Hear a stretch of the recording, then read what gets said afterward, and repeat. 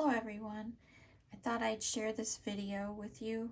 I just found it on YouTube, and it's Keith Lord. He talks about adjusting your thread tension. This is a Brother PE800 machine. Let me share that with you right there. It's a Brother. It's an embroidery machine.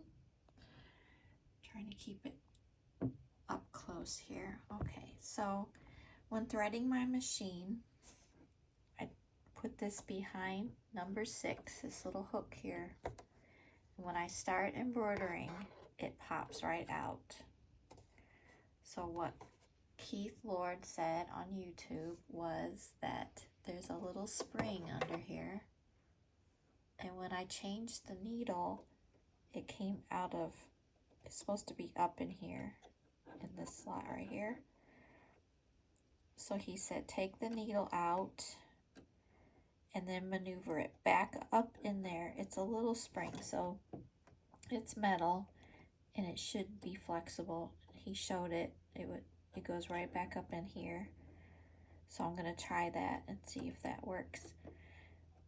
I chatted with Brother today and they didn't have any solution. They just gave me the guide on how to thread my machine, which was no help at all.